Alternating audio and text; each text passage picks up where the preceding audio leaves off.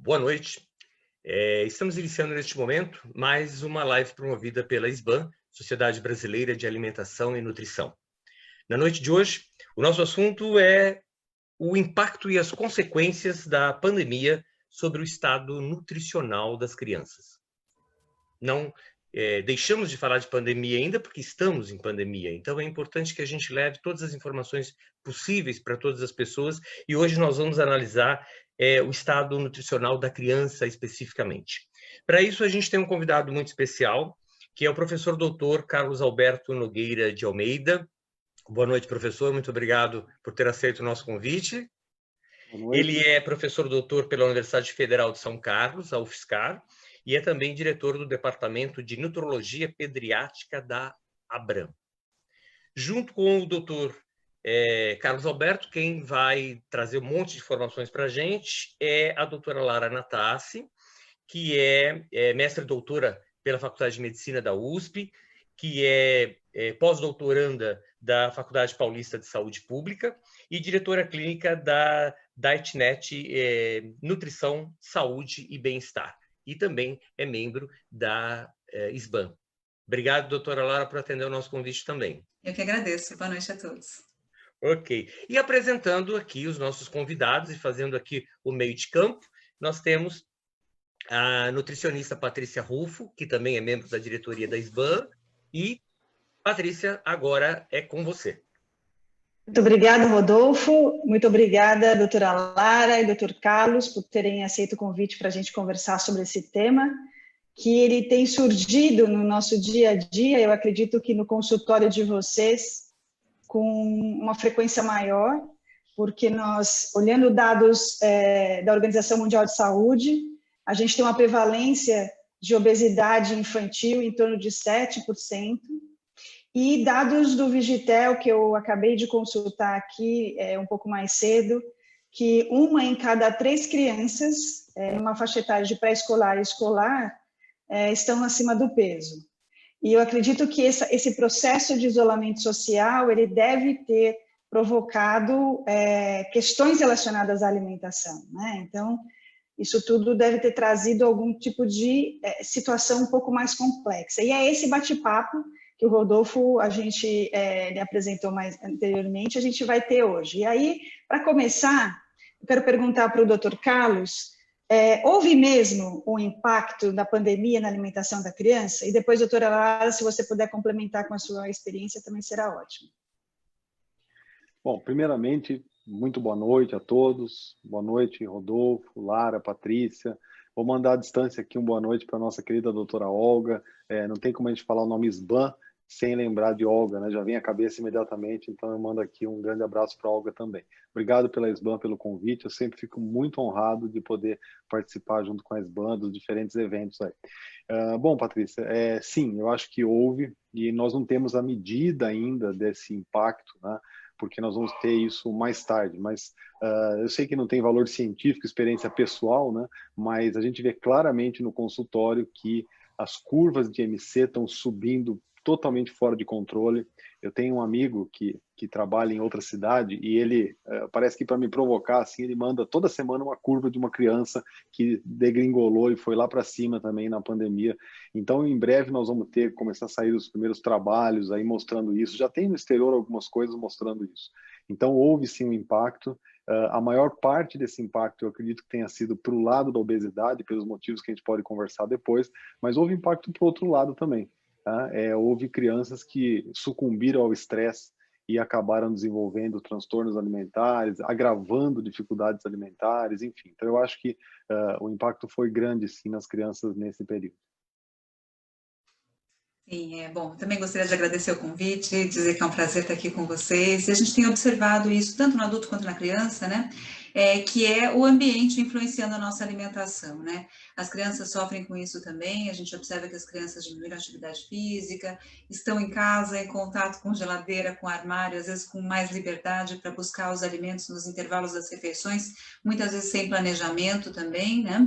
Então, a gente observa na prática, né? A gente vai realmente, como o Dr. Carlos falou, verificar esse impacto daqui a alguns meses, ou talvez daqui a 1 ano ou 2, através de estudos científicos mesmo, mas a gente observa na prática que realmente existe um aumento de peso. Na clínica aqui a gente atende bastante criança também, a gente vê uma preocupação dos pais e vê na avaliação de estado nutricional, sim, que houve prioritariamente uma maior tendência ao aumento de peso das crianças mesmo, né? Infelizmente. Para o doutor Carlos, eu sei que o seu grupo ele publicou um artigo numa importante revista de pediatria, e esse artigo ele discutia um pouco sobre essas inter-relações da alimentação, estado nutricional com a pandemia, mas falando da obesidade, falando do como as crianças reagiram e, de certa maneira, o seu artigo ele comentou que elas reagiram engordando. Você podia comentar um pouquinho sobre esse artigo? Claro, claro. É interessante, né, contar um pouco da história desse artigo, né? O nosso grupo ficou muito assim, impressionado, como todo mundo, com essa pandemia e tudo mais, e a gente falou, não, nós temos a obrigação de colaborar de alguma maneira. E aí não tinha como levantar dados, estava tudo fechado, a gente falou, vamos fazer uma revisão, e a gente queria fazer uma revisão sobre a Covid em crianças obesas, né? Porque a gente trabalha muito aqui com obesidade. E aí nós começamos a levantar os estudos. Só que quando nós fomos levantar os estudos, nós vimos que havia uma quantidade grande de trabalhos falando do outro lado da história, né? Falando do outro lado, quer dizer, de que maneira a epidemia e o isolamento social, o estresse levavam a um ganho de peso. E aí foi que surgiu a ideia de a gente fazer uma coisa, um círculo vicioso, discutir isso, e até por isso que nós publicamos uma revista muito importante, justamente porque isso foi bastante inovador. Hoje muita gente tem falado sobre isso, mas na época era bem inovador, no começo da pandemia. Então o que nós levantamos lá foi justamente o fato de que sim, as crianças obesas têm um risco aumentado, e esse risco aumentado da criança obesa, ele é o mesmo aumento que existe no adulto, de desenvolver quadros mais graves. A diferença é que o adulto desenvolve quadros mais graves, né? Então 20% de 1.000 é mais que 20% de 100. Então eu tenho menos crianças com quadros graves. Mas se eu pensar no aumento do risco, ele é igual. Então a criança obesa ela está sujeita a uma série de riscos, e a gente discute isso no artigo. Por quê? Pela inflamação crônica, pelo pulmão, enfim, tudo isso. E aí depois do outro lado, a gente discute também em que medida que a pandemia levou as crianças a engordarem mais, né? E aí tem o lado meio óbvio da história, que é assim, ficou mais em casa e as academias fecharam, não teve mais judô, balé, né? Isso é verdade também, né? Mas tem outras coisas que são muito relevantes, por exemplo, o estresse, né? A gente vê que as crianças ficaram sujeitas a um estresse até mais sério do que o adulto, porque o adulto ele tem um estresse que é controlado porque ele entende. A criança ela tem a impressão de que se ela abrir a porta da rua, vai entrar um bicho-papão chamado coronavírus e vai comer a família inteira, porque ela está vendo gente morrer, ela não pode sair na rua, ela está vendo que todo mundo assustado, só se fala nisso, e esse estresse desenvolve qualidade de sono ruim e fenômenos de recompensa, que a gente chama, né? Então, aquela coisa de quando você está estressado, você tende a comer mais coisas que te deixam mais tranquilo, e aí, fatalmente, você vai para o lado do doce, você vai para o lado do gorduroso, você vai para o lado do alimento mais menos saudável, né? Então, basicamente, é isso que a gente discutiu lá nesse trabalho, esse círculo vicioso entre as duas coisas. Perfeito. Interessante, aí, né? Interessante, Lara. E assim, já essas questões, né, doutora Lara, relacionando esse aspecto da criança em casa, a família tem um papel fundamental nesse processo, relacionando o hábito alimentar, né, o hábito da família. E eu acredito que essas questões você talvez deve ter percebido um pouco disso, que por conta desse medo muito relacionado à própria infecção, relacionado ao vírus, e fortalecer o sistema imune, uma busca, né, por alimentos que tenham influência no sistema imunológico, e até mesmo nutrientes, né? A gente viu essa movimentação na internet, eu queria que você comentasse um pouco disso. Sim, existe o que você achou? Patrícia, existe realmente essa busca.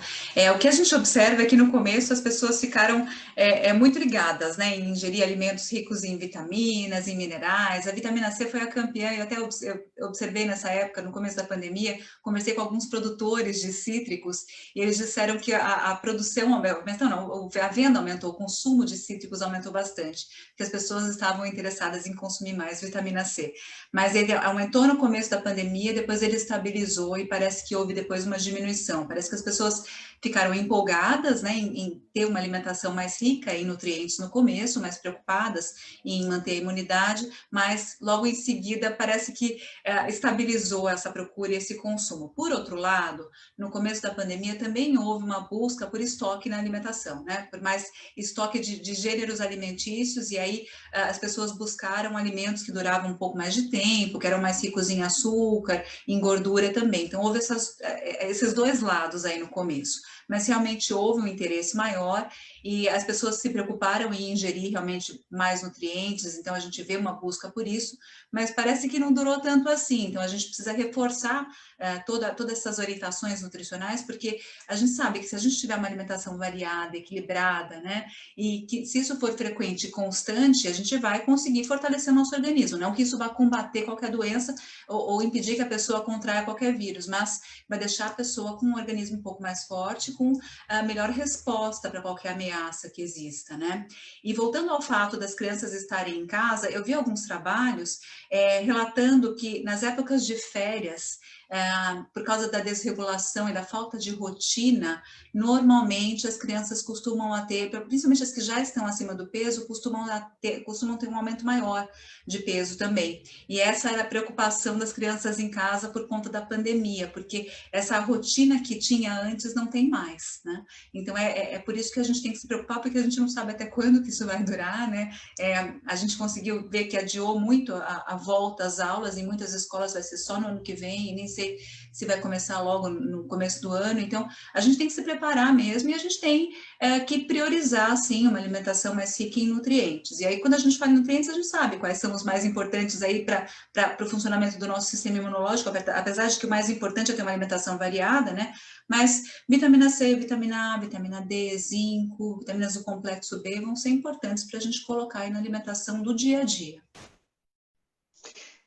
No começo da sua fala, doutor Carlos, você comentou também das questões relacionadas às crianças que já tinham algum tipo de dificuldade alimentar e que todo esse processo do isolamento social, ansiedade, relacionando a coisas que nós não sabíamos mesmo, né? E que isso poderia ter tido um impacto na alimentação dessas crianças, ou piora desse quadro de dificuldade alimentar. Queria que você comentasse um pouco disso, e também já depois para os dois, né, da sequência, relacionando um pouco sobre como, então, na prática, a gente deveria orientar as famílias para a gente ter essa contenção, né, ter, de um lado, a alimentação saudável, de outro lado, as questões relacionadas às incertezas do isolamento social, as crianças em casa. Enfim, eu queria que vocês depois fizessem esse comentário. Muito bem, olha, esse impacto, vamos chamar assim, né, que houve da pandemia nessas crianças que não comem bem, né, as crianças que a gente chama de portadoras de dificuldade alimentar, ele foi um impacto de dois lados, sabe? A gente tem isso dos dois lados. De um lado, a gente tem aquelas crianças que pioraram ainda mais a sua alimentação. Então, aquelas crianças que não comem porque são muito ativas, quando elas iam para a escola, elas acordavam cedo, elas iam para a escola, elas chegavam em casa com fome e elas acabavam ali, pelo menos a família conseguia colocá-las ali mais cansada para comer e tal. Nesse momento, elas estavam o dia todo em casa. E vamos lembrar que as escolas fecharam, né? Não tinha EAD ainda. Hoje é uma realidade as crianças ficarem lá tendo o seu horário de assistir pelo computador, né? Mas no começo não, né? No começo, durante algum tempo, não tinha nada. As crianças ficavam em casa mesmo, né? E aí elas dormiam mal, então elas já tinham uma dificuldade alimentar que elas precisariam de uma rotina. Essa rotina não existia, porque elas acordavam a hora que queriam, todo mundo ficou meio perdido, as famílias não tinham até, e a Lara lembrou bem, né? Todo mundo saía para estocar comida, e comida que não fosse perecível, então ninguém saía para comprar salada, ninguém saía para comprar fruta, porque isso estragava e você não queria se expor, você não queria sair para a rua, né? Então, isso agravou muito alguns quadros, né? Aquelas crianças que também não comiam por problemas, por exemplo, crianças altamente seletivas, elas ficaram ainda com mais dificuldade, que as famílias tinham menos variedade para tentar oferecer e contornar essa seletividade. E às vezes as famílias falavam, olha, o que tem hoje é isso, mas isso a criança não comia. Então houve, né? De novo, a gente não tem trabalhos ainda, mas a gente tem informação dos pais e vemos isso. Só que também teve uma coisa bastante interessante. Teve um outro lado da história. as famílias voltaram a comer juntas muitas vezes, né? Então, especialmente durante os primeiros 2 ou 3 meses da pandemia, os pais não estavam trabalhando, pelo menos um dos pais não estava, às vezes os dois, e a gente observou que muitos começaram a falar assim, eu estou comendo com meus filhos agora, né? E algumas crianças de consultório voltaram dizendo assim, olha, melhorou muito. Melhorou por quê? Porque a gente fez aquilo que o senhor sempre falava e a gente não dava conta de fazer, que era pelo menos uma refeição do dia, sentar todo mundo em volta da mesa e comer. Então também ficou demonstrado que o fato de comer em família ajuda muito nesses casos, né? Então a gente teve os dois extremos, tá? A gente teve crianças que melhoraram e teve crianças que pioraram bastante. É interessante a gente falar das refeições em família, porque é uma oportunidade para os pais darem um exemplo, para comerem junto com a criança, né?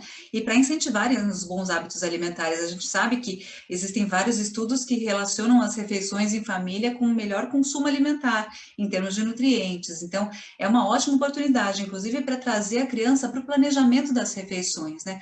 Incluir a criança nesse planejamento, no preparo, no fato de colocar a mesa, porque quando a criança participa do preparo e da escolha dos alimentos, ela tem mais interesse em consumir depois o que ela ajudou a preparar, né?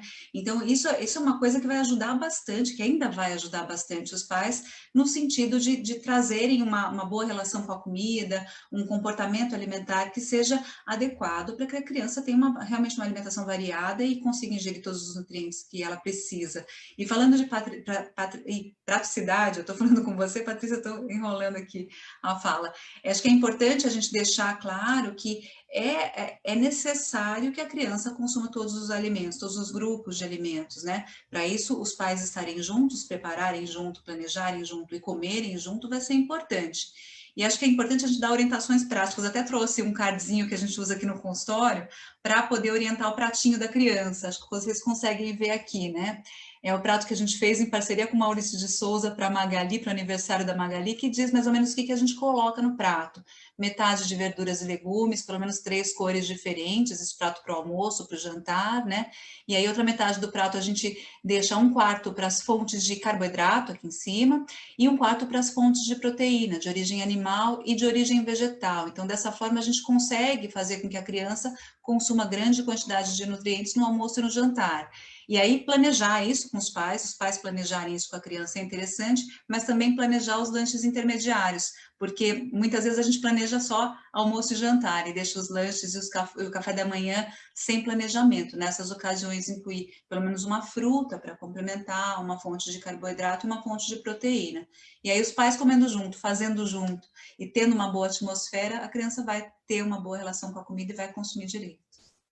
Patrícia, só um minutinho. Para os nossos internautas, a gente está aberto, nosso chat está aberto para as perguntas, tá? Então, por favor, façam. A nossa live tem um tempo de duração que é de 1 hora, ok? Então, não deixem para fazer lá no final, porque às vezes a gente não vai conseguir responder, tá? Então, por favor, quem já tiver um questionamento, pode usar o nosso chat aqui à vontade, tá bom?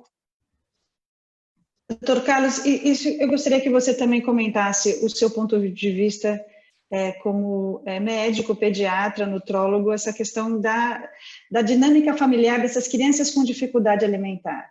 Porque, olhando-se, por um lado, já tinha o problema instalado, né, com a relação, e a gente sabe dos níveis diferentes e dos tipos diferentes de dificuldade alimentar.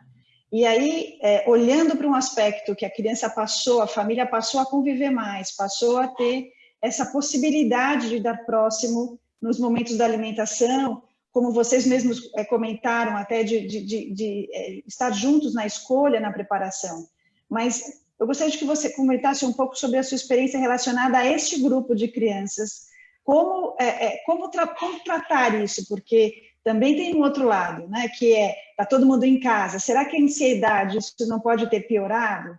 Como a família pode lidar com isso de uma maneira mais organizada e estruturada? Nesses casos que a gente sabe que é difícil o manejo na dificuldade alimentar.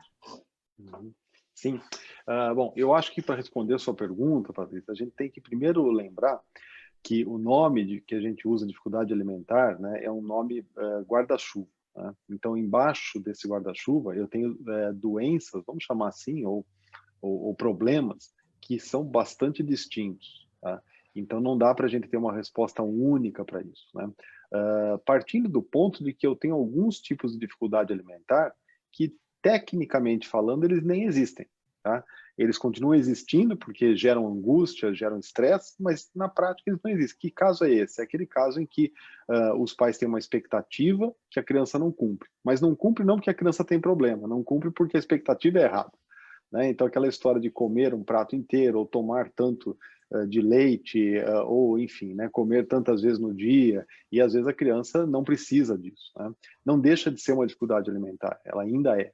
Esse tipo de caso, a nossa atuação é diretamente junto aos pais, né? Então, esse é um caso em que a gente foca nos pais. Agora, existem os outros tipos de dificuldade alimentar que aí a origem delas é na própria criança. E aí nosso trabalho com os pais é no sentido de ajudá-los a conduzir o seu filho, né? Então, eu vou te dar um exemplo aqui. Essas crianças que a gente fala que são muito ativas, que são crianças que os pais têm dificuldade de mantê-las à mesa, né? E se eles conseguem mantê-las à mesa, eles conseguem que elas comam, mas frequentemente elas não ficam, porque elas conseguem se concentrar na alimentação 2 minutos, e em seguida elas vão se ligar em outras coisas. E não estamos falando aqui de TDAH, nada disso, estamos falando de crianças normais, né? Só que muitas vezes essa desatenção da criança, ela é gerada pelo comportamento da família, que não sabe que o momento da refeição tem que ser um momento meio limpo, né? Então, na hora da refeição, não dá para os pais ficarem falando no celular, não dá para a televisão estar ligada para dar uma espiadinha na notícia, não dá para ficar lendo lá jornal, se é que alguém ainda lê jornal durante a refeição, não dá para ficar alguém lavando louça enquanto se come, não dá para o cachorro ficar andando embaixo do pé da criança, não dá para pôr brinquedinho na mesa. Então, quando os pais conseguem criar um ambiente neutro, eles conseguem prolongar o tempo de concentração da criança na alimentação. Então, veja, o problema tem origem no comportamento da criança, mas quem nós vamos abordar para o tratamento, nesses casos, são fundamentalmente os pais, né? A mesma coisa as crianças seletivas, né? Os pais cometem com a criança seletiva um equívoco que é gravíssimo, que é forçar a criança a comer. E eu costumo, quando eu ensino isso em aulas, eu costumo dizer assim, olha, imagine que tem um alimento que você não suporta, que você tem nojo, que você odeia, que te causa náusea, e que um indivíduo gigante, porque para a criança o pai é um gigante, né, com um garfo deste tamanho, porque a proporção do garfo para a criança, ou uma colher desse tamanho, colocando uma quantidade enorme daquele alimento que você detesta, e um cara gigante, com uma colher gigante, soca aquilo na sua boca e te obriga a comer. Você imagina o que isso causa de tensão nessa relação de alimentação. E isso é o que acontece. Só que a criança seletiva, ela não é uma criança com frescura, é uma criança que tem um problema, ela tem um traço de personalidade. E não é um alimento que ela não suporta dezenas de alimentos e ela é forçada a isso. Então, de novo, é um problema da criança? Sim. É um traço de personalidade? Sim. Mas nós vamos abordar os pais para ensiná-los, nesse caso, fundamentalmente a não pressionar, a não forçar, e aquele monte de outras dicas que a gente dá no dia a dia, eu não vou ficar cansando vocês com todas as dicas. Então, eu acho, Patrícia, que o que aconteceu nessa pandemia, né, é que nesses casos em que a gente teve a oportunidade de dizer para os pais, olha, você nunca teve tempo de fazer isso, né? Tenta fazer agora, aproveita esse momento, né? Aproveita esse momento para tentar criar uma nova relação entre você, a comida e o seu filho. E isso teve bastante sucesso até em alguns casos, né? Mas é claro, né, quando eu tenho uma criança, por exemplo, autista, que já tinha uma seletividade grave, na pandemia isso piorou muito, porque o grau de estresse elevou e a doença piora, né? Quando eu tenho crianças que não comiam por depressão, e existe bastante crianças assim hoje, a depressão se agravou muito, né? Já tem dados mostrando que o índice de suicídio entre adolescentes aumentou demais nesse período, né? Então aí eu tenho o outro lado da história, tá? Então eu não sei se era isso exatamente que você esperava da minha resposta, mas eu acho que pelo menos eu abri um pouquinho aí para a Lara me ajudar também. Não, mas sim, é interessante, porque... né?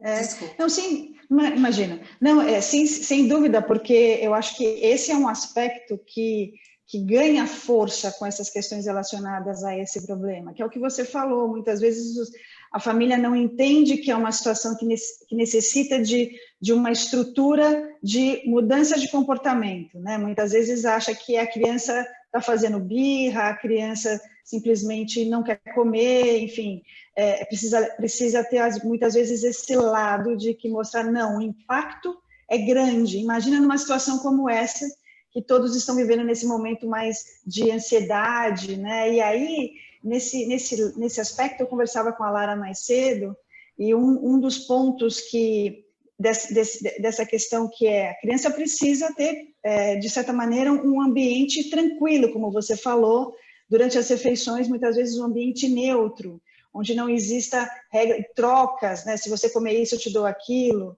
E com isso a gente consegue olhar para outros aspectos, que a alimentação tem influência. E um desses, que eu conversava mais cedo com a Lara, é o sono, né? Será que esse é um ponto que a gente também precisa olhar para a alimentação? Quando a gente fala de sono, talvez esse impacto não seja tão grande, mas quando a gente olha para a alimentação. E eu gostaria de ouvir um pouco a sua opinião sobre esse aspecto, Lara.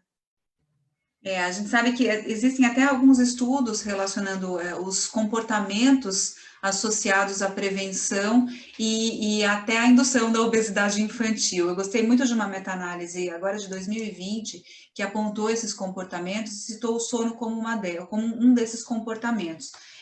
Para você ter uma ideia, para a criança ter um sono insuficiente, segundo os autores, depois eu posso até disponibilizar esse estudo, aumenta em 26% as chances de obesidade infantil. E aí a gente sabe que tem, dependendo da faixa etária, uma quantidade de horas que são suficientes aí para a criança precisar dormir, para ter o descanso que ela precisa, para ajudar no crescimento, no desenvolvimento, né, e ajudar, inclusive, no bem-estar emocional. E a gente observa que durante a pandemia aconteceu um pouquinho de dificuldade com o sono, né? A gente viu uma pesquisa da Vegetel com adultos que relataram que mais de 40% tiveram dificuldades com sono durante a pandemia, as crianças também tiveram, né? E aí, mais uma vez, às vezes a rotina que mudou, é televisão até tarde, às vezes é uma bagunça na hora de dormir na casa mesmo, as luzes acesas, o ambiente mais agitado, né? Então, tentar voltar ao horário normal de dormir da criança, né, que vai depender da faixa etária dela, obviamente, né, mas é importante a gente pensar nisso também e proporcionar sono adequado para a criança. E quem vai cuidar disso vão seus pais mesmo.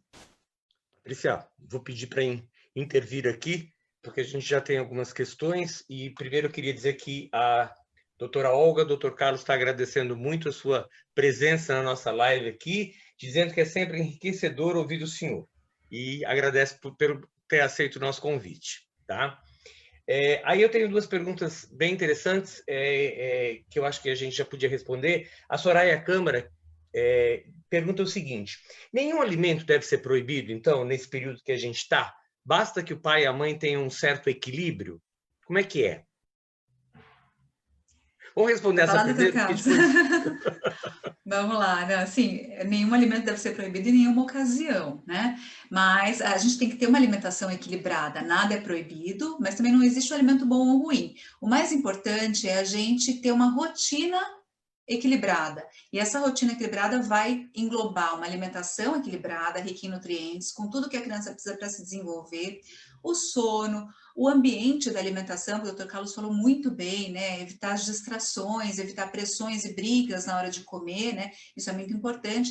Exercício físico, né? Regular, que é um outro assunto que a gente pode falar que também estava nessa meta-análise. Então, quando o conjunto é equilibrado, você permitir à criança comer todos os alimentos não vai ser problema, contanto que não seja uma coisa muito frequente. Isso vai depender de criança para criança, vai depender de características individuais, mas não tem por que proibir, né? A não ser que exista alguma condição onde a criança não possa consumir o alimento em função de alguma doença, de algum problema de saúde, mas normalmente não deve ter alimento proibido, porque, e outra coisa, o proibido é mais gostoso, né? O proibido vira objeto de desejo da criança. Então, é importante a gente fornecer em pequenas quantidades e sem exagero sempre, né, doutor Carlos? Eu concordo plenamente com você e vou acrescentar assim uma pimentinha nessa discussão, né, que eu acho que é legal, porque assim, se a gente falasse aqui, tá? Olha, vamos combinar o seguinte, então, na pandemia nós vamos proibir os alimentos ruins, certo? Vamos combinar, nós vamos proibir, tá proibido, tá? Aí a gente faria uma segunda pergunta, quais são os alimentos ruins? Aí a gente botaria essa perguntinha lá no Facebook. Sabe o que ia aparecer? Alguém ia dizer assim, ué, coisa que tem lactose. Outro ia dizer assim, ué, tudo que tem glúten. Outro ia dizer assim, tudo que tem carne. Então hoje, a ideia de alimento ruim, nossa, ela está muito bagunçada, né? Porque as pessoas, e não é culpa das pessoas, elas vão buscar informação.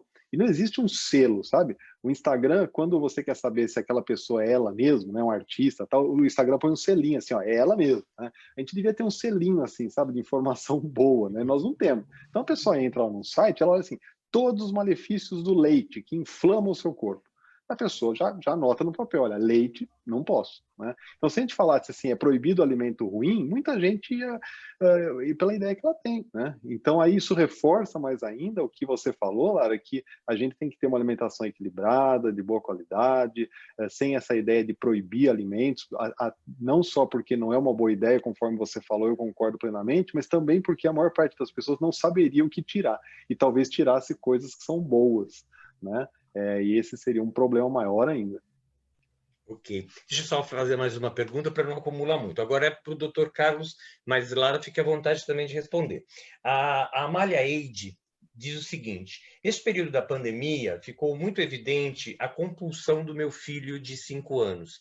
Eu queria que vocês falassem um pouco sobre compulsão e terapias cognitivas, comportamentais, que possam auxiliar nesse período tão complicado de alimentação. Legal. Olha, a primeira coisa para a gente entender é que quando eu falo que uma criança tem compulsão, eu estou dando um diagnóstico, e é um diagnóstico psicológico, talvez psiquiátrico, importante, que implica em tratamento. Tá? A ideia de que eu tenho um filho compulsivo, ela precisa ser comprovada por um profissional que consiga dizer isso de fato é uma compulsão. Tá? É a mesma coisa, né, só para ter como exemplo, a história de depressão. Ele fala assim, eu acho que eu estou deprimido. Por quê? Porque eu ando muito triste. Mas será que sua vida não está ruim e você não está triste por isso? Então, isso não é depressão. Né? Eu sou muito ansioso. Mas será que a sua ansiedade não tem motivo? Ou será que você tem aquela ansiedade patológica, que é aquela ansiedade que não tem uma causa? Né? E é a mesma coisa. Então, quando a gente fala assim, tem compulsão, primeira coisa, busque comprovar isso com um profissional, um psicólogo, para confirmar. Se for uma compulsão verdadeira, é muito provável que vai ser necessária uma terapia, que pode ser cognitivo-comportamental ou não, depende da linha do profissional, e tem ótimos profissionais em todas as linhas, pode ser psicanalítica, pode ser junguiana, o que quer que seja, e talvez, se for um quadro compulsivo verdadeiro, até de farmacoterapia. Tá? Então, nós temos farmacoterapia para compulsão alimentar a partir de 7 anos de idade, é possível usar. Mas veja, eu estou dizendo que a gente tem que ter diagnóstico.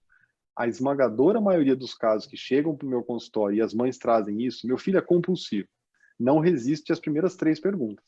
Tá? E a gente vê que não é uma compulsão, é uma questão só a ser organizada dentro de casa, e aí dá para a gente discutir o que pode levar uma criança a ter a impressão de compulsão alimentar. Tá? Então, o que eu aconselharia para ela e para outras pessoas que têm esse mesmo caso é busque ter um diagnóstico, tá? Para não cometer 2 erros, deixar de tratar uma criança que precisa ou tratar uma criança que não precisa. Tá. Ela só completou aqui agora, a Mária, dizendo o seguinte: meu filho, por vezes, pede comida de hora em hora. Para justificar, então... O diagnóstico não é tão simples assim, né? Então, assim, essa é uma informação importante. Com certeza, um profissional que ela buscar um psicólogo para dar esse diagnóstico, ele vai levar isso em conta, sim, mas não, esse não pode ser o critério único de diagnóstico. Patrícia, contigo. Tem um aspecto que eu acho que a gente começou a falar no início do nosso bate-papo aqui, que é o fato das crianças estarem em casa, elas não têm mais a rotina de sempre, né? Elas não vão, como vocês comentaram, para o balé, para o judô, para a escola, então elas hoje tem uma estrutura mais organizada em relação ao EAD, né? Então tem horários estabelecidos, eu vejo isso aqui no início do isolamento na minha própria casa, né, que as escolas elas tiveram que se adaptar muito fácil. Mas tem um ponto que é o que eu gostaria que vocês comentassem, que é a questão do manter as crianças ativas, né? Como que as famílias, se vocês têm algum tipo de orientação sobre essa questão de como manter as crianças ativas, mas assim, em caso negativo, porque o que a gente viu na Europa agora é uma segunda onda, né, dos casos aumentarem de novo.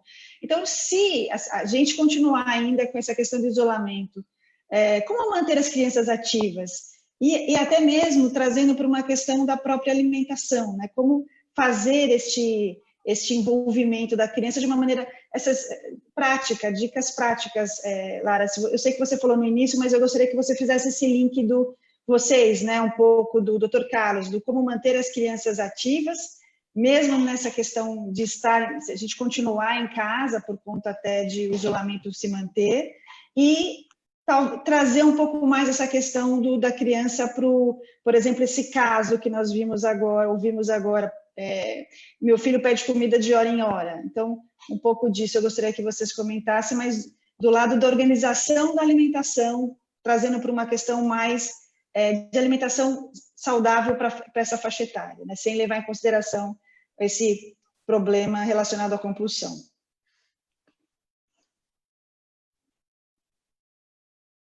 Doutor Carlos, quer começar? Começo? Bom, eu queria voltar para esse estudo, essa meta-análise que eu citei um pouco antes, falando sobre a relação dos comportamentos com a obesidade infantil, e ele cita o exercício físico como um comportamento relacionado à prevenção da obesidade infantil, que quando a criança ela realiza 300 minutos por semana de exercício, e aí é uma reflexão, porque a gente com a criança em casa fica complicado, né, realizar 300 minutos por semana, mas esse comportamento reduz em 30% as chances de obesidade infantil nas crianças. E aí, falando de forma prática, o que a gente pode fazer, né? Porque fica complicado mesmo. Os adultos acabaram dando um jeito com os aplicativos, com os personagens que às vezes dão aula online também. Eu vi algum movimento das crianças nesse sentido também, de ter treinadores específicos para crianças, dando aulas online. Eu também vi escolas mantendo a aula de educação física dentro da grade também, então isso é uma coisa que pode ajudar. Agora, o que nós, como pais, podemos fazer também, né? Estimular algumas atividades em casa mesmo, que movimentem um pouco mais o corpo, né? Eu falava nos meus atendimentos, eu falava assim, olha, vamos fazer guerra de travesseiros em casa, vamos tentar brincar de pular corda quando for possível, fazer alguns exercícios do tipo polichinelo, alguma aula de dança. As crianças gostam dessas aulas, porque realmente, se a gente for pensar, né, as recomendações de menos de 2 horas de tela por dia, hoje está impossível de serem seguidas, porque pelo menos na escola eles ficam 5 horas, né, na frente da tela e sentados, né? Então isso tem que ser alternado com algum tipo de movimentação corporal, fora o resto do dia, porque muita gente está preso dentro de um apartamento, dentro de uma casa, sem muita mobilidade. Então é importante a gente poder estimular esses comportamentos que vão trazer movimentação para o corpo, já que mesmo que não seja um exercício estruturado, né, doutor Carlos? O que o senhor acha? Depois a gente pode voltar a falar de alimentação na prática. Eu acho exatamente o que você falou, Lara, e eu colocaria, assim, acho que uma palavrinha meio mágica para isso, que é rotina, né? Quer dizer, há que se criar uma nova rotina em períodos como esse, né? Eu me permito aí dar um exemplo pessoal aqui na minha casa. Quando começou a pandemia, a gente estava se comportando como férias, sabe? Então, assim, nos primeiros dias a gente pôs o despertador meia hora depois, no terceiro, né, a gente punha... Tá, chegou um ponto que a gente fala, não precisa pôr despertador, não tem o que fazer mesmo, né? E começamos a de terça-feira acordar 10 horas da manhã, e aí todo mundo começou a ficar estressado, porque chegava à noite e não conseguia dormir. Aí nós sentamos aqui em casa, nós somos em 3, né, eu, minha esposa e minha filha, e falamos, não, nós vamos criar uma rotina, né? Mas, né, e às vezes adolescente, né, o que eu vou fazer? Eu vou ter que acordar cedo para não fazer nada. Não, nós vamos achar alguma coisa, mas... Então, acho que assim, há que se criar uma rotina, né? Então, eu tenho que acordar num determinado horário. Se eu achar assim, antes eu acordava 5h30 para poder chegar na escola, em São Paulo, eu sei que às vezes vocês precisam acordar muito cedo por causa do trânsito. Tá, vamos acordar 6h30, tá legal, tudo bem, não precisa, né, exagerar, mas acho que tem que ter uma rotina. E conforme existe essa rotina, a gente passa a encaixar coisas nessa rotina, até para que o dia possa transcorrer. E dentro dessas coisas, a gente vai ter que encaixar alguma atividade física, né? É difícil, é um desafio, porque às vezes a gente fala algumas coisas pensando naquela pessoa que tem uma situação ideal, que mora num lugar, que tem uma área de lazer, que tem, né? E às vezes as pessoas moram num apartamento pequenininho, não tem muito o que fazer. Mas ainda assim, há que se ter um pouco de criatividade, né? Então, dá para a criança pular corda. Você tem videogames que dependem de atividade, nem sempre são esses caros, às vezes tem coisas pelo celular, e hoje todo mundo tem em casa pelo menos um aparelho de celular em que você coloca lá e você tem que imitar movimentos de dança.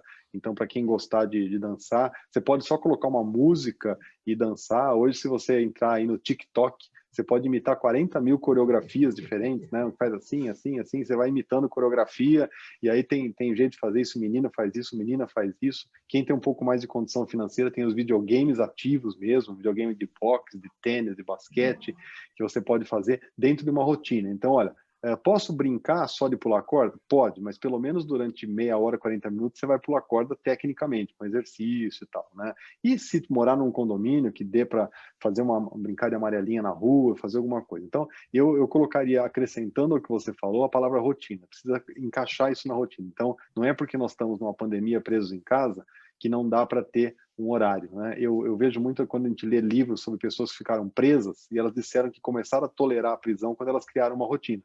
Então, elas acordavam no horário, tinha horário para ler, tinha horário para escrever para a família, tinha horário de comer, o horário do banho de sol, o horário do exercício na cela, né? Uma comparação péssima, mas enfim, nós estamos confinados, né? Então, eu acho que essa é uma das palavras-chave. Deixa eu fazer uma pergunta aqui, Patrícia, que acho que tem tudo a ver aqui. A gente sabe que o período de confinamento está sendo longo, né? Mas será que o período de confinamento em casa foi longo o suficiente para mudar realmente o comportamento alimentar das famílias? A Soraya está perguntando. Talvez não sei se chegou a mudar comportamento, mas certamente mudou um pouco a relação das pessoas com a alimentação e com a rotina da alimentação. Favoreceu o consumo de alimentos em casa, né? Também favoreceu pedir comida fora, tá? Mas favoreceu a participação das pessoas, da família na elaboração das refeições ou no planejamento de cardápio, né? Então, isso é uma coisa que... E aí eu lembrei de uma coisa agora que acho que é legal a gente falar. As crianças podem participar das tarefas de casa também, né? Podem ajudar na limpeza, passar uma vassoura, lavar a louça. Isso também vai movimentar um pouquinho o corpo, né? Isso pode ajudar. Mas eu acho que trouxe a família mais para dentro de casa, mais para proximidade. E essa preocupação em ter que preparar os alimentos dentro de casa é uma oportunidade, né? Que veio para a gente mudar um pouquinho a nossa alimentação, para a gente poder planejar melhor como que a gente vai montar o nosso prato e que alimentos a gente vai incluir. Então, isso é válido, né? Mas a palavra aí é planejamento mesmo, porque a gente tem que planejar todas as refeições para não comer o que apareceu, né? O que na hora da fome tem tal coisa no armário, então vai ser isso. Não, a gente pode planejar muito bem que isso vai dar um bom resultado. Eu acho, né, desculpa, Patrícia, só para complementar essa pergunta, que é a história assim, vamos dizer que a pandemia trouxe uma oportunidade, né? E algumas pessoas vão aproveitar essa oportunidade, outros, infelizmente, não vão aproveitar, né? E a gente sabe disso. Tem gente que, durante as crises, cresce, né? E as famílias, e tem pessoas que não.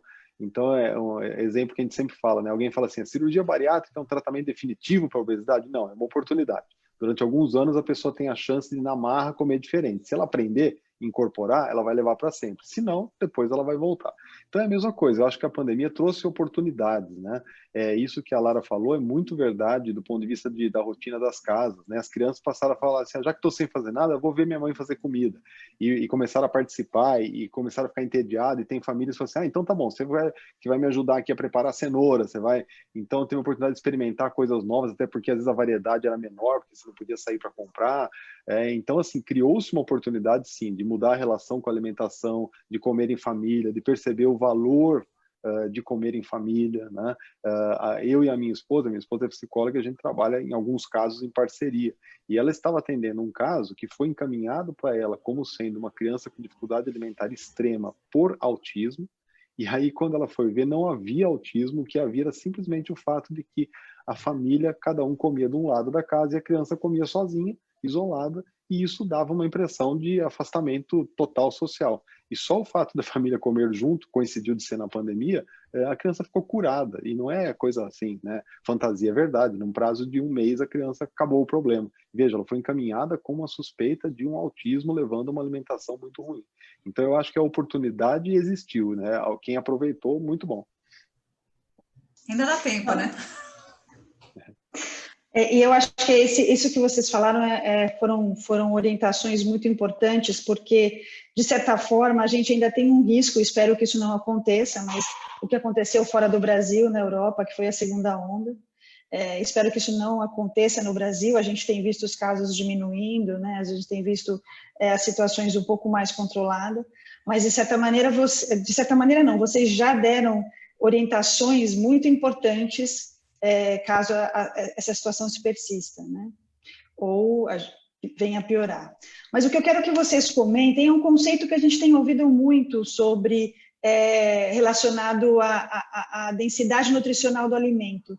Eu gostaria que vocês comentassem um pouco disso, porque a minha próxima, na sequência na próxima pergunta é correto a gente pensar que a gente deveria priorizar os alimentos de maior densidade nutricional? Então, eu queria que vocês falassem do conceito e depois respondessem essa questão. Certo, vamos começar, então. Bom, o que é a densidade nutricional do alimento? É quanto que esse alimento tem de nutrientes, né? Então, é exatamente isso, é o que diz a palavra, né? É claro que a gente vai ter que priorizar os alimentos mais ricos em nutrientes, que vão trazer o que a gente precisa, o que o nosso organismo precisa para funcionar direito. Vitaminas, minerais, fibras, proteínas, carboidratos, gorduras, né? Então, tudo isso vai ser necessário para o nosso organismo. E cada nutriente é rico de cada alimento, desculpa, é rico num determinado nutriente. Então, se a gente tem uma alimentação variada e equilibrada, a gente não deixa de consumir nenhum dos grupos alimentares que são importantes para a criança, a gente vê hoje até uma onda nova da gente trabalhar com a roda dos alimentos, que simplifica até um pouquinho o nosso entendimento sobre o que deve compor a nossa alimentação. Então, são os alimentos que dão energia, são os alimentos ricos em carboidratos, né, que vão trazer alguns nutrientes importantes aí, além do carboidrato, os alimentos que vão ser chamados de construtores, que trazem proteínas muito importantes para o desenvolvimento da criança, para o crescimento, né? E também para manutenção da saúde óssea, né? Para a gente conseguir ter uma boa saúde óssea para a criança. E aí a gente volta a falar do leite e dos derivados, que são importantes aí, né?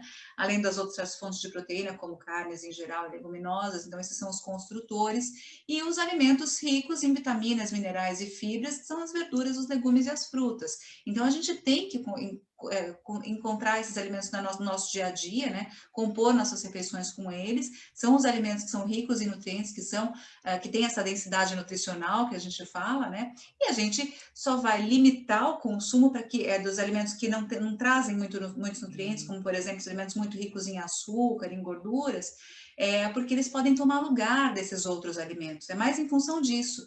Então, quando a gente fala de um alimento que a pessoa julga como proibido, né, voltando a falar naquela pergunta, é só para que ele não tome lugar de um outro alimento que pudesse fornecer mais nutrientes para o crescimento, para o desenvolvimento, tanto físico quanto cognitivo dessa criança. Então, é importante a gente garantir o que ela precisa, e através de alimentos que tenham nutrientes.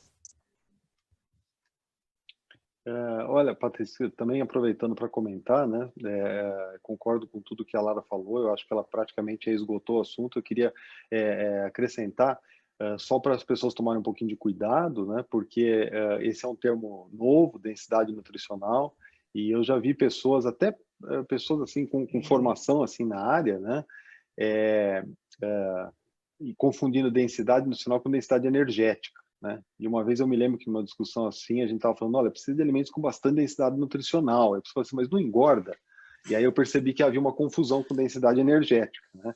Então, o conceito de densidade nutricional, né, a Lara falou perfeitamente, é a ideia de que um alimento seja rico em nutrientes. Né? E eu acho esse conceito, Patrícia, essencial, sabe? Eu adoraria que a gente estivesse discutindo hoje no Brasil, dentro de um guia alimentar, que a gente estivesse discutindo por exemplo, que guia usar, né?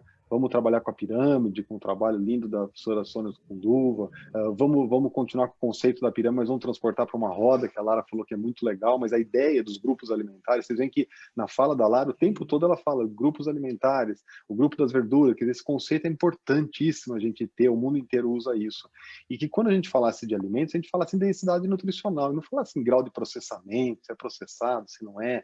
Eu acho que esse assunto ele empobrece muito a discussão, né? Porque eu tenho alimentos processados com muita boa densidade nutricional e tenho alimentos naturais de baixíssima densidade nutricional. Então, eu gostaria muito que a gente migrasse a discussão para esse conceito que você falou aí, Patrícia, de alimentos de boa densidade nutricional, pensando em alimentos ricos na maior parte de nutrientes possíveis.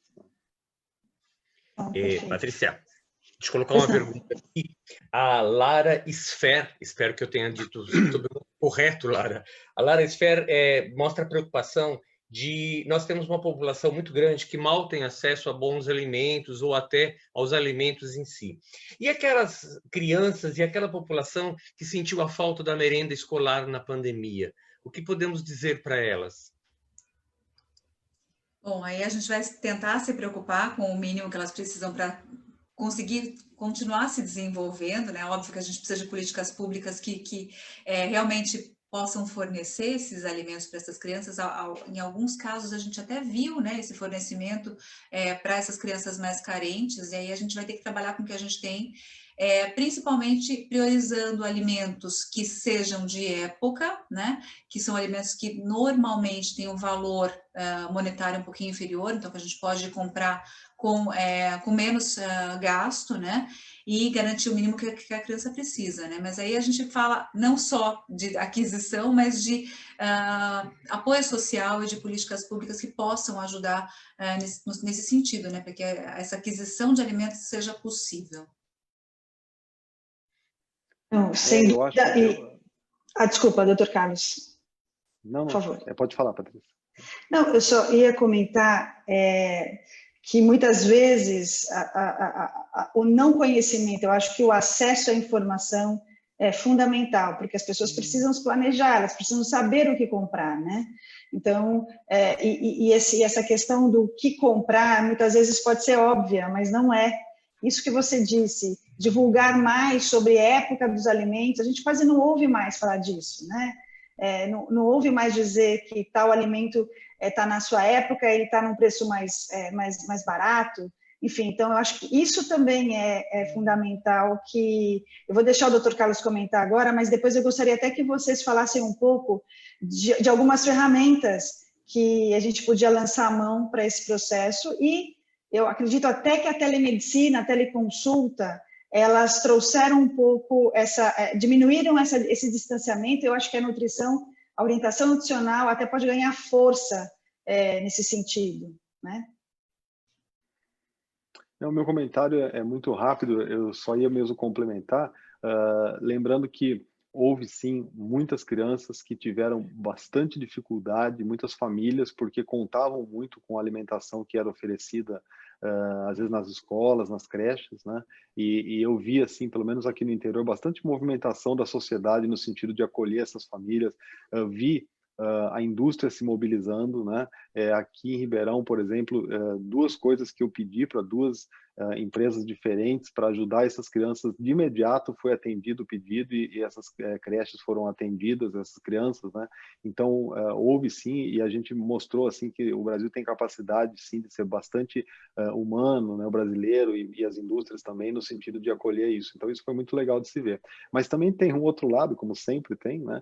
Que o nosso modelo de alimentação é assim, qual é a creche boa? A que dá mais comida. Então, as creches começaram uma competição através dos governos, na verdade, né? Então, um governo dava o almoço, aí o outro falou, não, vou dar o café e o almoço, outro, não, eu vou dar o lanche, né? Bom, chega ao ponto que hoje é comum que ofereçam 5 refeições. Só que essas 5 refeições não ficam no dia inteiro. Elas ficam num prazo entre 9 da manhã e 4 da tarde. Então, a criança faz uma refeição em casa, depois faz mais 5 e mais 2 em casa.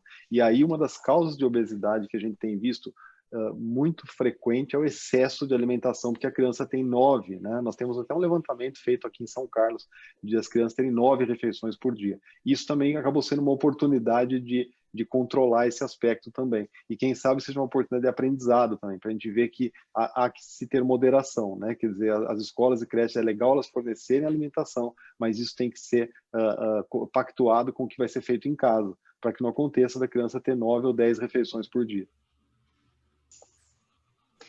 Rodolfo, a gente tem mais alguma pergunta? Tem aqui, vamos aproveitar o embalo. A Renéia Barbosa do Prado pergunta o seguinte: sobre a questão do acesso a alimentos, o planejamento de uma horta é uma ótima oportunidade no período de quarentena? Ótimo, perfeito, né? Se você tiver o espaço e a condição de cuidar dessa horta, seria o máximo, né? Agora a gente vê até as hortas caseiras feitas em locais menores, até que podem ser feitas até em apartamento, aquelas hortas verticais também. Quanto mais a gente puder fazer isso, melhor. A gente pode fazer nossos temperos em casa, olha só que coisa boa também. E pode comer a salada feita da horta de casa também. Isso seria o máximo. E é uma chance das pessoas também irem para a internet, aproveitar, né, e aprenderem a fazer as coisas, para não fazer o que eu fiz, viu, Lara? Porque a minha esposa plantou um pezinho de manjericão para mim, que ela sabe que eu adoro fazer molho pesto, assim. Ela falou, não, nós vamos fazer com o manjericão de casa. Ela plantou um pezinho e ficou lindo. Eu falei, bom, chegou o dia de eu fazer o manjericão. Fui lá, tirei as folhinhas e fiz, ficou maravilhoso. Só que eu tirei todas as folhas, eu esqueci que a planta precisa fazer fotossíntese, né? A plantinha morreu. Mas deu certo o molho? Ficou bom. Ficou bom. Maravilhoso. Tá bom. Tá. Mas isso é verdade mesmo, a plantinha morreu. Eu tenho mais uma pergunta só em cima do que o Dr. Carlos estava falando agora há pouco. Vocês sentem que houve vontade política neste período em relação à preocupação com a alimentação, principalmente das crianças carentes e daquelas que estavam fora da escola e fora da merenda? Eu acredito que teve mais iniciativa privada, né, do que vontade política. Isso depende muito do local, né? Então é muito geral, assim, a gente não tem como dizer em que locais isso aconteceu mais, mas a gente observa que foi mais o apoio da sociedade mesmo, a solidariedade entre as pessoas, entre a indústria, que ajudou bastante essas pessoas de menor renda, de menor condição, né? Mas em alguns pontos a gente observou também que teve alguma iniciativa pública também. Eu concordo com a Lara, eu observei a mesma coisa, uma força grande da iniciativa privada nesse sentido, né? E o poder público ele é muito burocrático, né?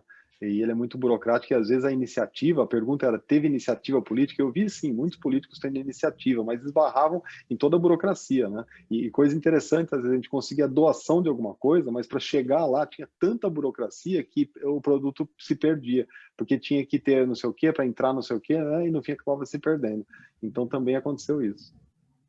Eu só queria, Patrícia, fazer uma recomendação para os nossos internautas que estão questionando e fazendo essas perguntas, que a gente teve uma live anterior da SBAN falando sobre o banco de alimentos, inclusive, com a diretora e criadora do banco de alimentos, e é interessante a gente observar, quem não pôde assistir, ir lá no site da SBAN ou em todas as redes sociais da SBAN e pegar essa live de volta, porque ela tem algumas indicações muito importantes do que é que você pode fazer quando nem sempre o poder público ajuda, né? Bem interessante.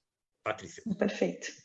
Não, perfeito. Eu acho que, bom, a gente está acabando aqui o nosso tempo, a nossa hora de conversa. Eu nem vi, sinceramente, o tempo passar. Foi super bom. O conteúdo super robusto do que a gente conversou aqui, a trazer a expertise de vocês, todo o trabalho que vocês desenvolvem sobre este tema. E, para a gente encerrar, eu gostaria que vocês finalizassem com uma mensagem sobre este assunto, que quando a gente fala de alimentação, a gente tem um lado todo de ciência, de pesquisa, de a gente vê muito nutrição ser estudada, mas que no fim do dia é também uma questão social, uma questão que nós falamos aqui, vocês comentaram que as famílias passaram a se alimentar no mesmo horário, juntas. Então, e alimento é um momento de prazer que a gente tem do que a gente vai comer, do que a gente vai preparar. Então, eu acho que tem esses dois aspectos que valem a pena, e eu gostaria que vocês deixassem uma mensagem sobre o que a gente conversou aqui e expectativa de vocês de tudo como isso vai se desenrolar. Bom, eu vou começar fazendo um resumo aí do que a gente conversou, porque acho que a gente tem que saber que falar de alimentação não é só falar sobre alimentos, né? É falar sobre todo o contexto que envolve a alimentação, então o ambiente é muito importante, então vamos trabalhar o nosso ambiente, porque a gente está preso, né? A gente está junto com a família nesse ambiente, então quanto melhor a gente puder trabalhar e fazer um ambiente agradável, tanto para os pais quanto para as crianças, melhor. E a gente tem esses outros fatores que vão influenciar a nossa alimentação, que são o exercício, o sono, a forma de comer, a relação com a comida e a relação com as pessoas que estão junto com a gente. E o mais importante, gente, é a gente fazer o que é possível fazer, para que essa preocupação com a alimentação também não se torne mais um estresse na vida das pessoas. Então, deixa fluir, vamos fazer o que é possível, vamos tentar criar um bom ambiente e, aos poucos, a gente vai se moldando. E deixar a criança experimentar, deixar a criança decidir também a quantidade do que ela vai comer, né? Porque isso que o Dr. Carlos falou é uma coisa que é muito comum, né? A expectativa do pai é diferente da expectativa da criança, né? E nem sempre é a correta. Então, apresentar, assim, os alimentos, mas deixar a criança pensar na quantidade, né? Isso é muito importante, criando um ambiente saudável e agradável. Muito bem, olha, já que nós estamos encerrando, então eu queria começar a minha fala agradecendo novamente, né, ao convite feito pela SBAN, dizer que eu sou muito, muito fã da SBAN e eu fico super feliz, e mais do que feliz, muito honrado quando eu sou convidado para participar de alguma coisa com vocês. Então, agradeço mesmo de coração, foi muito, muito legal. Então, vocês que representam aqui a SBAN, né, a Patrícia, o Rodolfo, a Lara, agradeço bastante essa oportunidade. E eu queria deixar como mensagem para vocês uma ideia que eu sempre procuro transmitir para os meus pacientes e até assim para as pessoas com quem eu convivo, né? Tem dois tipos de reação a uma crise, né? Tem a pessoa que senta, chora, se entrega e sai pior, né? E tem aquela pessoa que sai melhor, né? E eu acho que nós estamos com uma oportunidade de crise que nos pegou de surpresa, a gente ficou completamente perdido e nesse período, num prazo aí de 2 semanas, algumas pessoas começaram a se reinventar e reinventar a sua família, reinventar a sua alimentação dentro dos momentos de crise, né? Então é fato mesmo que um monte de gente começou a cozinhar dentro de casa, aprendeu a cozinhar, foi buscar receitas na internet, começou a plantar lá no cantinho, num vaso, um temperinho, isso de fato aconteceu. As famílias que começaram a comer junto perceberam como isso é importante. As famílias que tiveram não 15 minutos, mas 1 hora para poder sentar, comer sua salada, depois comer, conversar um pouco, tomar um café, perceberam tanto que isso é relevante para o convívio familiar. Pais que não viram seus filhos crescer, eu conversei essa semana com um pai que falou assim, olha, eu não sabia que meu filho jogava futebol, né? E eu comecei a jogar futebol com meu filho, né? Então, assim, muita gente aproveitou esse momento e ainda tem oportunidade de fazer isso, porque nós não vamos sair disso totalmente tão cedo. Tomara que a gente saia parcialmente, mas totalmente está meio claro que nós não vamos sair tão cedo. Então ainda é tempo de aproveitar essa oportunidade para criar um novo jeito de se alimentar em família, para olhar mais para a criança, olhar para a criança o que ela gosta, o que ela não gosta, a quantidade que ela precisa ou não precisa. Se na pandemia os pais viram o filho engordando, olhar que é hora de comer menos. Se viram um filho emagrecendo, ver que é hora de acertar isso. Então eu acho que a crise frequentemente nos traz oportunidades de crescimento e do ponto de vista da nossa alimentação, eu tenho certeza que isso é muito real também. A gente tem vários nutricionistas aqui agradecendo, dando os parabéns para vocês, dizendo que a live foi maravilhosa, que eles aprenderam bastante. Então, a Edna Soares Moreira, a Soraya Câmara, a Priscila Nascimento, o nutricionista Leonardo Negrão, a Yara Sfer, enfim, tem um monte de gente aqui agradecendo, dizendo que aprendeu muito e que eles amam ser nutricionistas porque tem esses momentos tão agradáveis. Bom, eu só tenho a agradecer a participação de você, sem dúvida nenhuma. Essa foi a live das lives. E só boa noite e a gente pode, de repente, fazer alguma outra por aí, né? Porque nós vamos ainda viver nesse mundo de lives. Muito obrigada. Então, só lembrando aos nossos internautas que vocês, esta live, como todas as outras que a SBAN faz, vão ficar disponíveis nas redes sociais, tá? Da SBAN, no Facebook, no site institucional da SBAN. Então, você pode acessar quando quiser e vai ter a íntegra da live. Tá bom? Obrigado. Obrigada, gente. Obrigado, doutor Carlos Alberto. Obrigado, doutora Lara. Patrícia? Obrigada. Muito obrigada, Rodolfo, também. Foi excelente. Muito obrigada. Tá. Boa noite a todos. Boa noite. Boa noite. Boa noite.